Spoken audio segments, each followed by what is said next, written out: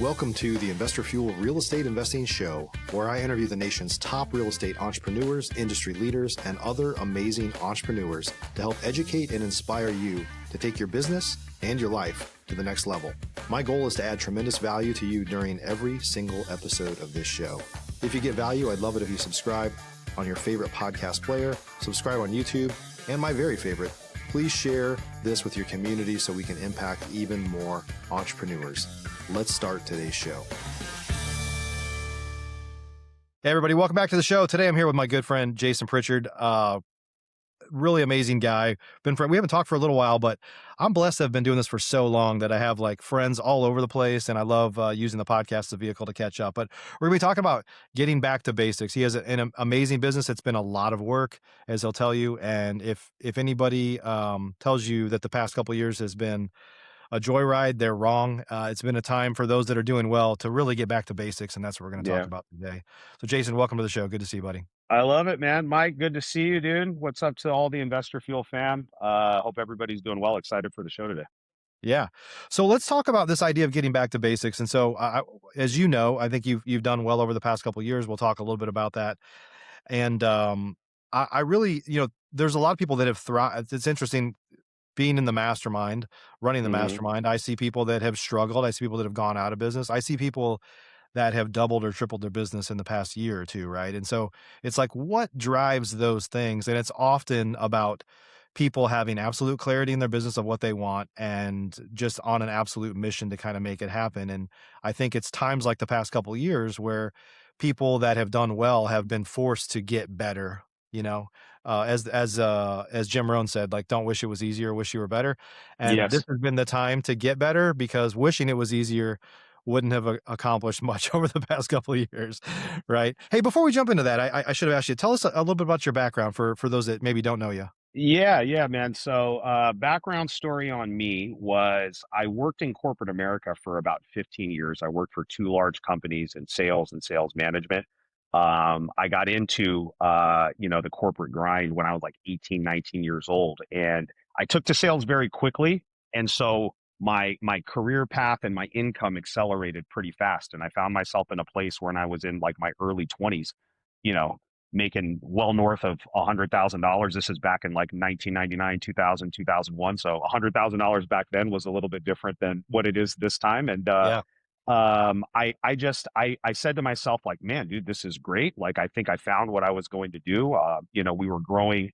At one point, I had a large sales team of about 40 people spread all up and down the state of California. And I thought that I had found kind of my calling, that I was just going to kind of climb that ladder and maybe move into some type of senior management role and make $400,000 or $500,000 a year and have that kind of life. And I found myself about 7 years in with my first company, really just disenchanted with my career trajectory, my life. I was unhappy with some of the people that I was working with. And so I thought, maybe it's just the company. So I switched to another company, and I went through the same 7-year cycle again, dude. And I found myself in my early 30s where I was like, dude, this cannot be what my life is going to be for the next 30 or 40 years. And so I'd always been intrigued by the idea of real estate. I'd always been drawn to it. I had never just had the courage to just dive all in. And, fortunately for me, I had a spouse that was very supportive, and she believed in me more than I believed in myself, frankly, at that point. And she allowed me to, step away from my job. She gave me a year to figure this real estate thing out. Cashed in my life savings, maxed out the credit cards, took a second mortgage out on the house. And, we flipped our first few houses. That was in 2014, dude. So this is the start of year 12 for me. And it's been a wild ride. I wouldn't trade anything for the world. I love, everything that we've done. And, it's definitely been a crazy learning experience. Now, fast forward 12 years later, we probably do just over 100 deals a year. Our company's based out of Central California. It's a mix of flipping and wholesaling. I also own a pretty large rental portfolio, and now we're doing some bigger land development deals. And so it's been an exciting time, man. Yeah.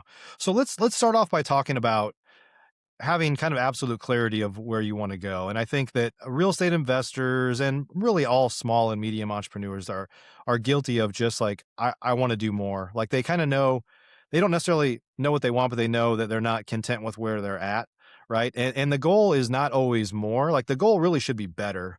right? But if you don't know why you're doing what you're doing and you don't have clarity in that, then it's real easy to give up when times get tough, or it's real easy to get content with where you're at and like, yeah, like I don't need this, so I'm good with where I'm at, right? And there's nothing wrong with that, by the way. I think having Hmm. absolute clarity and being able to say like, you know what? I don't need more. Like I just want a better life. And so Yes. like I think real estate investors especially and the gurus out there are always better about like, let me show you how to make more money and get more toys and stuff like that. But at the end of the day, it's like if you don't want that in your life, like what you really want is better. Like you just have to know what it is you want. And I think most unfortunately don't. So talk about the importance in your life, I guess, of kind of clarity to what your goals are. Yeah, I raised my hand as you were talking because that was Mhm. definitely me early on, dude. I was just Yeah. like, dude, It's bigger is everybody, by the better. way. Yeah. More, yeah, more is better. And I think if you're in that space, I would encourage you to listen to guys like Mike or even me that have been in this game for a long time and have kind of weathered all of the ups and downs and understood and try to just navigate some of the pitfalls that we fell into. And so I think it's a really good way to start the show off. I think if you don't have clarity of where you're going, wherever you end up on the roadmap is going to be just fine, right? And I think you need to have a clear understanding of like what it is that you're trying to do. And so I think the very first step, if you're newer to this business, is you should decide what type of real estate business do you want. And usually it falls in kind of two different buckets. It's, you know, the solopreneur where you're wearing every hat in your business. Maybe you've got a small team, some VAs, and maybe a personal assistant or a project manager, and you're the one that's putting the marketing out. You're fielding the calls. You're going out and closing the deals. You're also going out and managing the contractors. And on the weekends, you're doing the books and all of that stuff. And there's pros and cons of that. And I did that for the first probably half of my business. I think you can keep your overhead low so you're not so stressed out. I think if you do it the right way, your business is more profitable because you don't have payroll and this huge marketing budget that you need to do to kind of keep feeding that machine. But the downside for me was, it's going to be a job. And if you ever want to step off of that roller coaster, the business is going to you're the barometer in the business. So if you're not completely focused and locked in, usually the results in the business will show. If you're working your ass off and you're going, then the results will show there.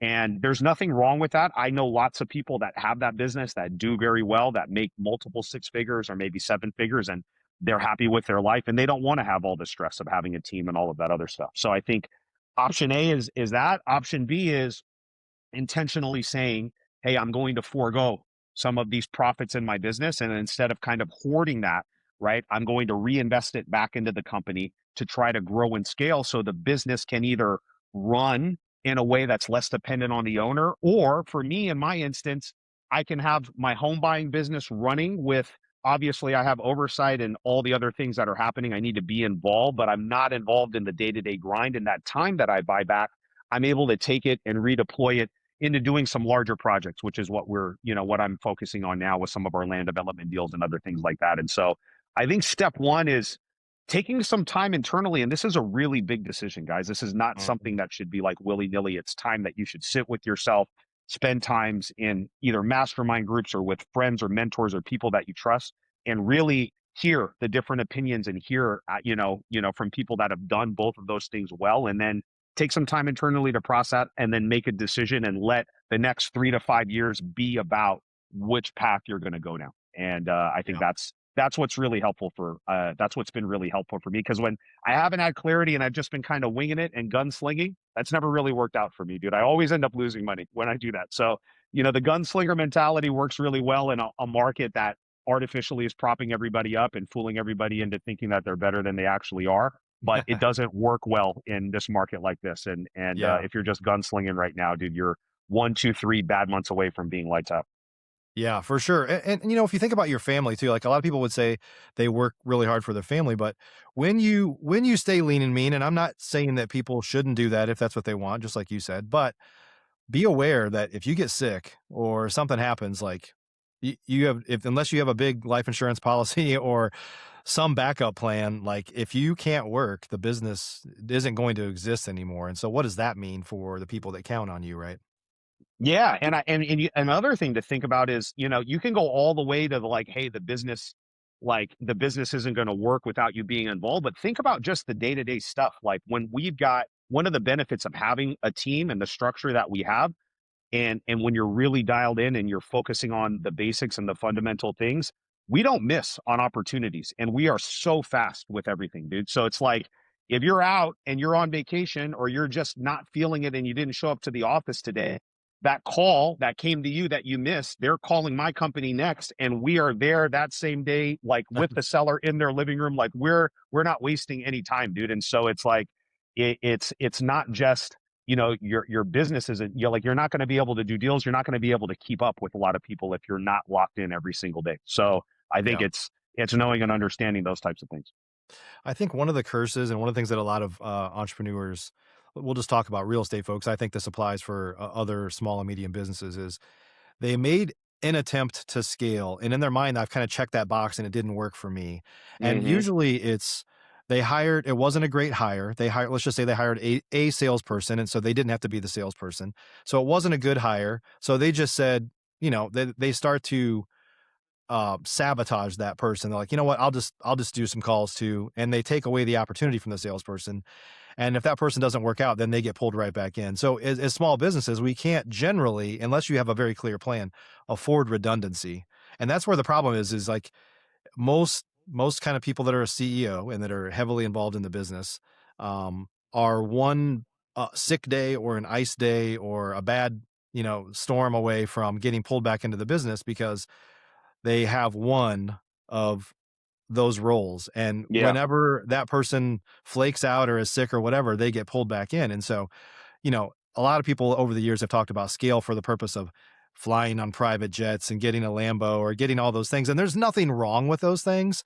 But I would say the best investment is back into you and your business to grow that, to create a wider moat, right? It's like, okay, I have at least two salespeople and I'm advertising enough to where they should be able to thrive, not just maybe they're always in survival mode, right? It's like I have a backup plan for these key roles so that if something happens, you don't get pulled back in, which is inevitable for folks that only have one link between them and them getting pulled back into the business. Yeah, I mean, I think my corporate experience, even though there was lots of things that I didn't like about it, gave me a unique competitive advantage against other people that just kind of got into the business without, kind of cutting their teeth in these Right. large companies. My first company was a Fortune 500 company that we worked with. So, I mean, Yeah. there's a reason and a system and a method behind how companies grow into that size, right? And so I was able to kind of see firsthand like how that system and that structure worked, and that there's processes for everything and there's documented SOPs for everything. And so then that way you are not, like you said, the single point of failure in every single area of your business, or like you said, one bad hire or one team member deciding, hey, I can do what the boss does, so I'm going to go start my own business away, Right. right? And so all of that stuff is, there are definitely lots of challenges and pitfalls of being kind of that solopreneur that you have to plan for.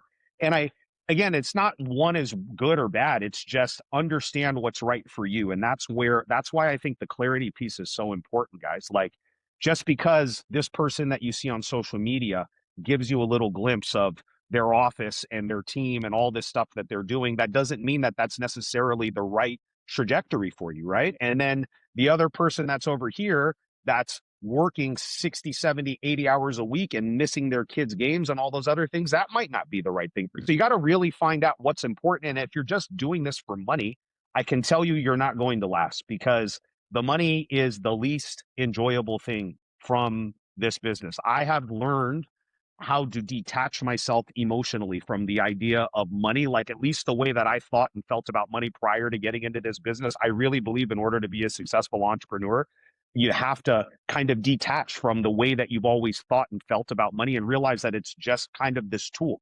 And the Yep. more of it that you make, you're not going to be happier. You're not going to feel better. Like, is it fun to do some certain things? Yeah, that stuff is fun, but that's not the reason why you do it. So it's not just clarity on like what route you want to go business wise, but real clarity behind why are you doing all of this stuff? Because in these Yeah. challenging markets, doing it for the money is not going to be enough to get you out of bed.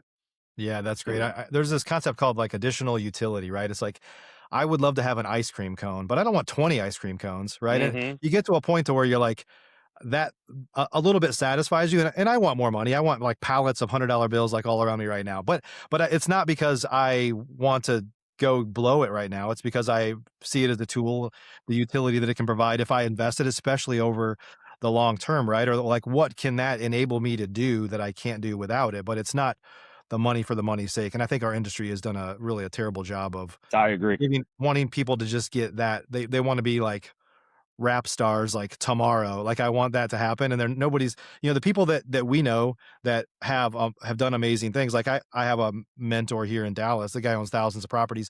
Nobody knows this guy. I mean, Mhm. a few people do, but he's lived in the same house for 30 years. He drives like a Chevy Blazer. Like like doesn't care, and he's worth, you know, a lot of money, right? And Yeah. so, and not that everybody has to have that, and there's nothing wrong with having nice things, but if you don't make sacrifices for long-term kind of benefit, then it it's just kind of a shallow, honestly, it's like kind of a shallow existence ultimately.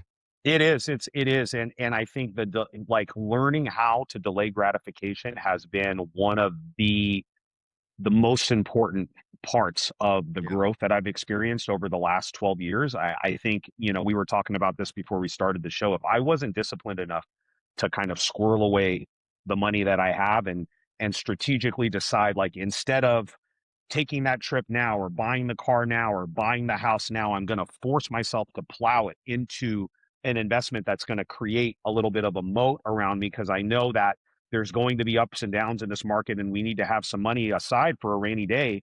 I think that's been one of the best decisions that I've ever made. And so I think it's a really important talking point, especially for newer people, because you can come into this business and just through sheer, like, force of will and grit and hustle, you can make hundreds and hundreds of thousands of dollars. Like, you can make these big chunks of money from wholesaling or flipping houses that, in one deal, I could make like what I was making in my whole annual salary. You know what I'm saying? And so Yep. you see that happen, and it can fool you into like this sense of comfort that is not really there. So Yeah. acting like, you know, like not getting out above your skis, not getting an inflated ego, learning how to stay humble, learning how to sock away some money for a rainy day, learning how to strategically invest. And, if you build out a machine where you're constantly finding off market deals, maybe pulling one or two of those every single year, if not more, off the assembly line and keeping it for a rainy day while we're monetizing the other ones. Those are all things that have allowed me to continue to grow and thrive over, this 12-year period, and frankly, through a challenging market that we've had over the last couple of years. Yeah, I think that's the challenge. If you're not setting stuff aside, if you're not keeping it, whether it's investing it back into real estate, could be bigger deals, could be development, it could be multifamily, it could be even single family rentals, like any of those things that allow you to build wealth over time, then you're only as good as your next deal. And when you hit the problem is things unwind really fast like a house of cards. If you're just a wholesaler and or even a fix and flipper, and you do enough deals to kind of get by, like a bad month brings you down. And next thing you know, you're like, let's pull back on advertising. I need to let somebody go. And it's like, what are the consequences to your business of doing that? Like it feels like the right thing to do now, but 4 months from now, like it's a downward spiral. It is, and it can get out of hand, and you can get out over your skis very, very quickly. And I've Yeah. seen lots of people over the years that, outside looking in, just me being an outside observer, you thought like, man, this person's got it together. They've got it made. They're doing great. And very shortly after that, like, they're closing their doors and they're going back and getting a day job, dude. And so it's Yeah. like, it's a reality check, and I think it's, the nature of the business, and it is what it is right now. And it just goes to the point that we were talking about earlier. Just right now is the season to get back to the basics, and you have to be great at the fundamental things, and you have to be willing to do the boring stuff now longer than anybody else. It's a war of attrition right now. And can you just Yep. show up every day and be in the trenches and doing the boring, basic fundamentals longer than anybody else? And are you willing to outlast anybody else? And I think on the other side of that, when the other shoe drops on this market, I think there's going to be lots of opportunity for people that are able to make it through now. Yeah, I think it's coming for sure.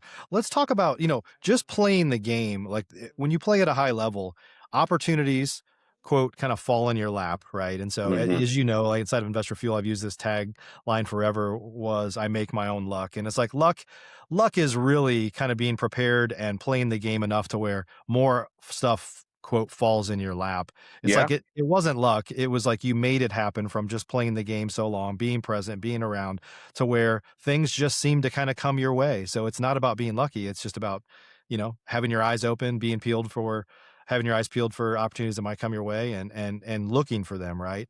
So you came across an amazing opportunity, obviously being a single family guy, huge development opportunity that will change your family tree. Like I know that. So maybe just one first start talking about just how to be aware of opportunities out there, like how to like have your ear to the ground, if you will, and then tell us a little bit about your big development deal. Yeah, yeah. So I think, I love the quote, the harder I work, the luckier I get. Yeah. And I think that is in line with what you just said and how you kick this portion off, dude. And that's absolutely how it's been for me as well. I pride myself on having just an unrelenting work ethic, and I am just willing to work harder than everybody. I don't care. I don't care what it takes. I don't care what it requires. I don't care how many hours it takes. I've always come up with like this blue collar work ethic and then layered it on top of like a white collar mentality to business. And I think those two things together have served me very, very well over the last 12 years. And this deal that you're talking about, I have definitely tried my hand at taking on some what I would call bigger size deals, right? And I think this land development deal is different for me than some of these other opportunities that I've tried and maybe have not been successful or not turned out to what I thought that they were going to be for a couple different reasons. One, I think it's in line with what I've already kind of mastered. I've put my 10,000 hours into buying, fixing, and selling residential real estate. I have figured out and I've reached a very high level at doing that. So what that's done is it's giving me a lot of knowledge about how the single family market moves in my area, right? And so, it's single family residential is very different than large multifamily. It's very different than commercial or retail. It's very different than industrial. All things that I've tried. And, some of them have worked and some of them have not worked for me. But, when I've gone into other kind of niches within real estate that weren't like a direct line back to what I've been focusing on for the last decade, there's a learning curve that's involved with that. And so for me, I got a call just, out of the blue one day from a broker buddy of mine that, I've known through the residential space for a number of years. And he just said, "Hey, dude, I'm representing a buyer on a land deal that appears to be potentially great. He had some deals that he thought were going to close simultaneously, and he was going to use that money to close on this deal. Those deals are not happening now. And he's got a few weeks to come up with $1 million to buy this land. You're the only person that I know that can come up with $1 million in a few weeks.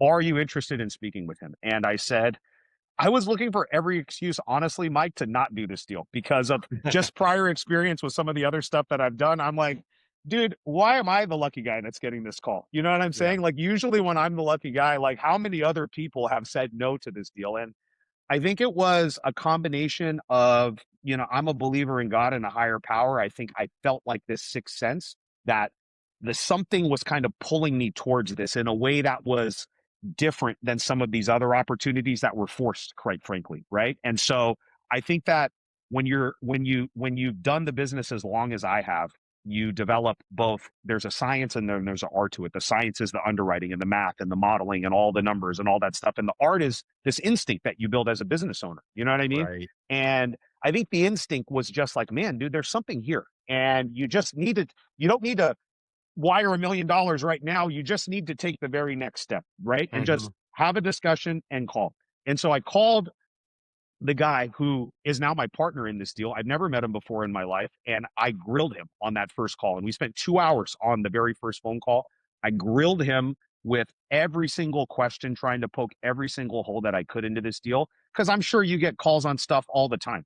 And as Yeah. soon as you start poking a few holes in it, like you said, it's kind of this house of cards. And it, like you very quickly They're usually realize too that good to be true. Yeah. yeah, the person on the other end doesn't really have the firepower that you think that they really do. And I walked away from that call feeling very impressed with the background, the expertise. And again, just that initial gut reaction for me was like, okay, this call went well. So a few days later, we make a trip a couple hours away. My home office is in Fresno, which is right in the smack dab in the middle of California. Bakersfield is a town very similar to Fresno, a couple hours away, kind of in the South Valley, closer to the Los Angeles and Southern California area. And one of the unique things about Central California is we're relatively affordable when it comes to price points. Everybody thinks about California and thinks about these crazy Los Angeles and San Francisco and multi-million dollar, single family, 1,000 square foot houses. And in our market, the average Resale price is like $370,000. So we're not that different than the rest of the United States, Yeah. which makes us the last affordable place in California, right? Mm, So all of these people that are getting priced out of the Bay Area and LA are coming back to Fresno. And then when you combine that with like remote work options and a lot of these things that allow you to have a little bit more flexibility with how you take on your career, I'm very bullish on California. So all of this stuff is kind of going through my head because because we're constantly selling single family houses, we see that our product is moving. When it's priced right, we put a good quality product out, it's there. We keep track of new construction, and new construction continues to move out here in this market. And so we did all the math on this deal after looking at everything. And ultimately, what I decided to do was buy a 78-acre parcel of land for just over $1 million, which, you cannot buy, that much land for $1 million anywhere else in California. right. We went and looked, and we're surrounded by subdivisions. We're surrounded by other builders. So all of our utilities, all of our infrastructure, all of our roads, curbs, and gutters are there, which makes it just much more desirable for a big national builder to look at. And the deal felt very similar to like a deal that I normally do with my single family houses. The land was in probate. There were 13 heirs. The heirs were spread all over the country. Sure. They were all fighting with each other. And they were just like, dude, I just want my money now. I do not want to wait. I don't want to do anything. I don't, all the developers want us to wait 3, 4, 5 years. I was like, we need to get cashed out right now. And I've heard that story plenty of times on, the Right. single family residential probate deals that we do, right? So all of these kind of things were giving me like the next breadcrumb to go forward. And ultimately we decided to make the trigger. So we closed on that land. We paid $1,025,000 for it. Um, and I believe that the property itself, after everything is all said and done, is worth north of $20 million. And so right now we're negotiating with a couple big builders. One of them that is literally owns a neighboring parcel, has a model center right next to us, has 140 houses that they're already building out. And our plan is to sell all of those finished lots over to that builder. Mm, And it just feels like everything kind of aligned for me. I tried my hand at some of these bigger opportunities. I took some swings on some things that didn't work, some stuff that did work that just always didn't feel right. But this feels like it's right for me. All of the different things that we're looking at kind of lined up for us. And I'm really excited about it. So the goal for me is to continue to run my home buying business in tandem and in parallel to while the land development company at the same time. So the home buying business is profitable. We've spent some time over the last number of years building and growing out the team, so I don't have to be the one involved in the day-to-day operations. And I can spend my time really learning how to become a master at the land development stuff. And that's it. I'm not doing anything else. There are no other opportunities that I'm looking at. If it doesn't fall into one of those two buckets, the answer is no for me, and I don't care. So it's like, again, crystal clear clarity on what the next 3 to 5 years looks like for me is that it's the home buying business and the land company.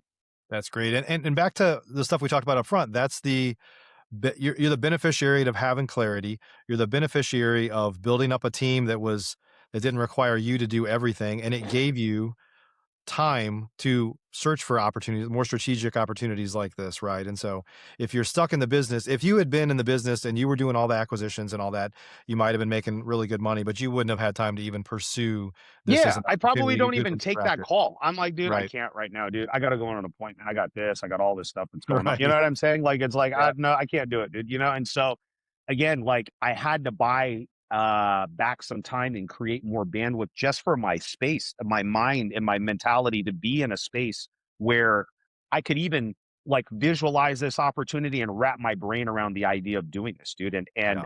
there is a significant amount of risk involved, dude. Like I grew my single family rental portfolio north of 100 doors, dude, pretty quickly. From 2016, I bought my first rental. We got to 50 doors by 2019. We got north of 100 by 2021 or 22. And so I thought that was going to be like, we're just going to keep stacking up these doors. And, that would ultimately be like my nest egg and my life insurance policy. And we would just keep doing that.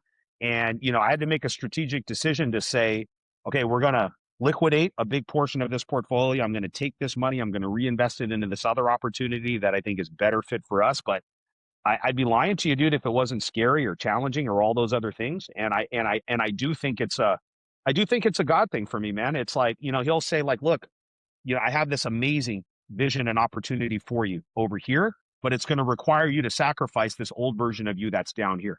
And you're also going to have to climb up this mountain. And I'm going to throw all of these challenges up along your way, dude. But you just have to know that this is where you're supposed to be, dude. So are you willing to say, I'll sell half of my rental portfolio that I've worked my face off for the last 10 years trying to grow, to liquidate that, to put it into a land deal where, everybody that I've talked to, and I'm sure you've talked to lots of guys that have been in the business back in 2007, 8, 9, 10.